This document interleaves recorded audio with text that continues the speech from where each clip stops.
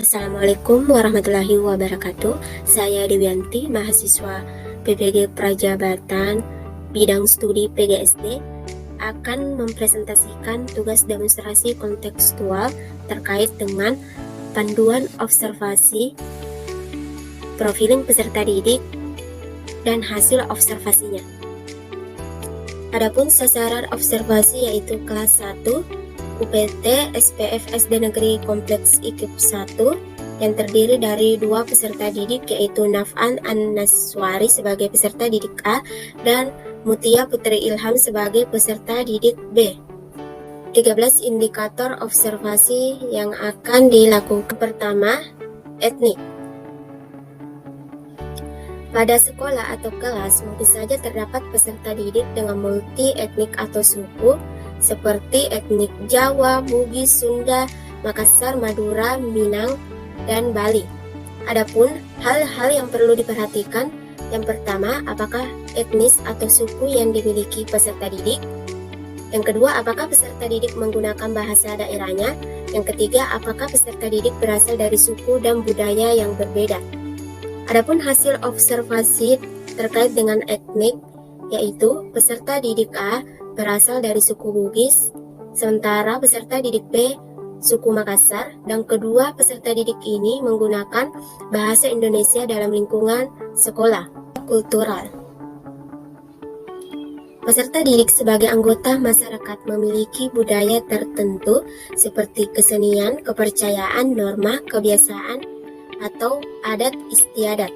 Adapun hal-hal yang perlu diperhatikan oleh guru, yang pertama, apakah peserta didik menyadari perbedaan kultural yang ada di kelas, serta apakah perbedaan kultural menjadi penghambat bagi peserta didik.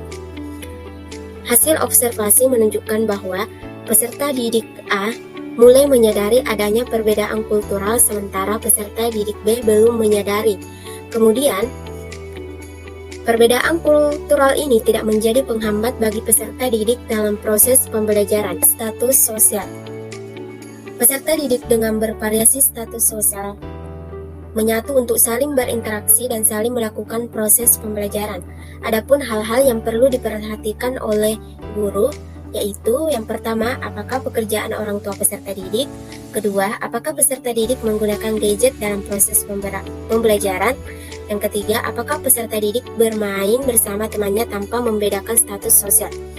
Adapun hasil observasi menunjukkan bahwa peserta didik A, orang tuanya bekerja sebagai guru, peserta didik B, orang tuanya bekerja sebagai ojek online, kemudian kedua peserta didik ini tidak menggunakan gadget dalam proses pembelajaran karena masih kelas 1, kemudian kedua peserta didik ini sudah mampu bermain dan bisa bermain bersama temannya tanpa membedakan minat belajar. Adapun hal-hal yang perlu diperhatikan oleh guru terkait dengan minat belajar, yang pertama, apakah peserta didik merasa senang saat mengikuti proses pembelajaran dan mata pelajaran apa yang paling disukai? Kemudian, apakah peserta didik terlibat aktif dan semangat dalam proses pembelajaran? Hasil observasi menunjukkan bahwa peserta didik A merasa senang mengikuti proses pembelajaran dan pelajaran yang paling disukai adalah seni. Kemudian peserta didik B mengikuti pembelajaran dengan rasa senang dan menyukai pendidikan Pancasila. Kemudian kedua peserta didik ini terlibat aktif dan semangat dalam proses pembelajaran. Selanjutnya, apakah peserta didik memberikan perhatian penuh dalam proses pembelajaran? Dan jenis permainan apa yang paling disenangi dalam proses pembelajaran? Hasil observasi menunjukkan bahwa peserta didik A kurang memperhatikan proses pembelajaran karena sering meninggalkan bangkunya, mengobrol dengan temannya, sementara peserta didik B memberikan perhatian selama proses pembelajaran. Kemudian, kedua peserta didik ini menyukai permainan ketika guru melakukan ice breaking seperti tepuk tangan pagi, siang, dan malam, dan kuis, maupun yang lainnya. Perkembangan kognitif. Adapun hal yang perlu diperhatikan oleh guru, yang pertama, apakah peserta didik mampu mengingat materi pembelajaran? Yang kedua, apakah peserta didik mampu memahami materi? Dan yang ketiga, apakah peserta didik memperhatikan guru ketika menjelaskan? Hasil observasi menunjukkan bahwa peserta didik A sudah mampu mengingat materi, sementara peserta didik B masih kurang dalam mengingat. Selanjutnya, kedua peserta didik sudah mampu memahami materi pembelajaran karena mampu menjawab atau merespon pertanyaan, dan peserta didik A kurang memperhatikan guru ketika menjelaskan, sementara peserta didik B memperhatikan guru ketika menjelaskan materi. Selanjutnya, apakah peserta didik bertanya saat diberikan kesempatan? Bagaimanakah keaktifan peserta didik dalam menjawab? Dan apakah peserta didik mampu berhitung dengan baik? Hasil observasi menunjukkan bahwa kedua peserta didik mampu bertanya ketika diberikan kesempatan dan sangat aktif dalam menjawab atau merespon pertanyaan, serta kedua peserta didik sudah mampu berhitung dengan baik dari 0 sampai 100 kemampuan awal. Adapun hal yang perlu diperhatikan oleh guru yaitu apakah peserta didik mampu membaca dengan lancar. Yang kedua, apakah peserta didik mampu menulis dengan rapi. Yang ketiga, apakah peserta didik mampu berhitung dengan baik. Hasil observasi menunjukkan bahwa peserta didik A sudah mampu membaca dengan lancar, sementara peserta didik B belum lancar, yaitu masih terbata-bata ketika membaca. Selanjutnya, peserta didik A belum mampu menulis dengan rapi, sementara peserta didik B tulisannya sudah mulai rapi. Dan kedua peserta didik sudah mampu berhitung dengan baik mulai dari 0 sampai 100. Gaya belajar. Hal yang perlu diperhatikan yang pertama, bagaimanakah kebiasaan peserta didik? Apa yang dilakukan peserta didik dalam mengisi waktu senggang saat di rumah? Apakah peserta didik senang belajar mandiri atau kelompok? Buku apa yang disenangi? Hasil observasi menunjukkan bahwa peserta didik A sesekali memberikan perhatian kepada guru, cenderung aktif belajar saat mengerjakan tugas kelompok, individu, serta cenderung untuk selalu bergerak. Peserta didik B terbiasa belajar dengan memperhatikan guru yang menjelaskan dan aktif mengerjakan tugas. Selanjutnya, kedua peserta didik mengisi waktu senggang dengan bermain, menonton TV, dan main game. Dan peserta didik A menyukai belajar baik secara mandiri maupun kelompok, sementara peserta didik B lebih menyukai belajar secara mandiri. Selanjutnya, peserta didik A menyukai komik, sementara peserta didik B menyukai buku dongeng atau cerita. Motivasi.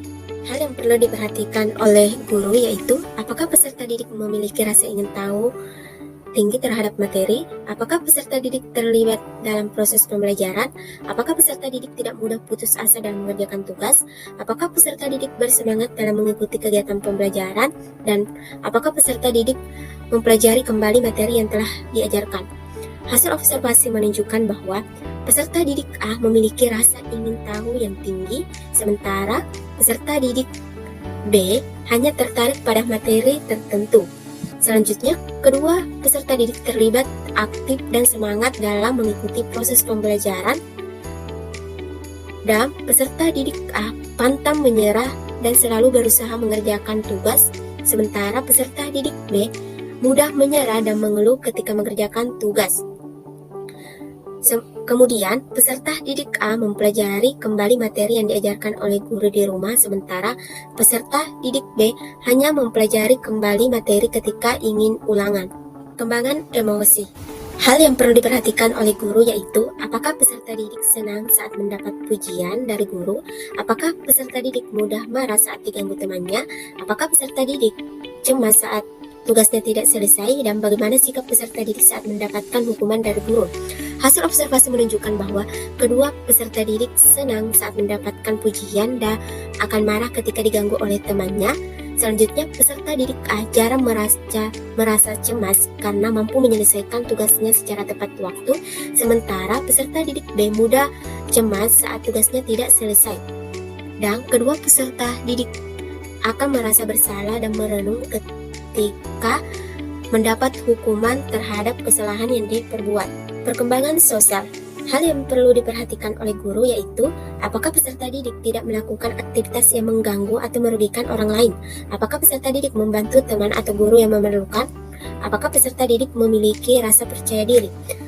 Hasil observasi menunjukkan bahwa Peserta didik A terkadang mengganggu temannya ketika sedang belajar, sementara peserta didik B tidak suka mengganggu temannya. Kemudian, kedua peserta didik membantu temannya ketika mengalami kesulitan, yaitu meminjamkan pensil atau pewarna kepada temannya. Kemudian, kedua peserta didik memiliki rasa percaya diri seperti tampil di depan kelas dengan berani.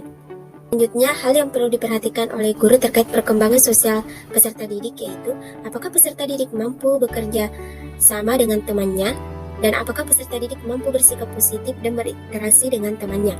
Hasil observasi menunjukkan bahwa peserta didik A sudah mampu bekerja sama dengan temannya seperti ketika kerja kelompok. Kemudian, sementara peserta didik B masih belum bisa bekerja sama dengan baik, yaitu masih ingin dominan dalam mengerjakan tugas. Kemudian, kedua peserta didik sudah mampu bersikap positif dan melakukan interaksi dengan temannya seperti bermain dan belajar bersama. Indikator perkembangan moral.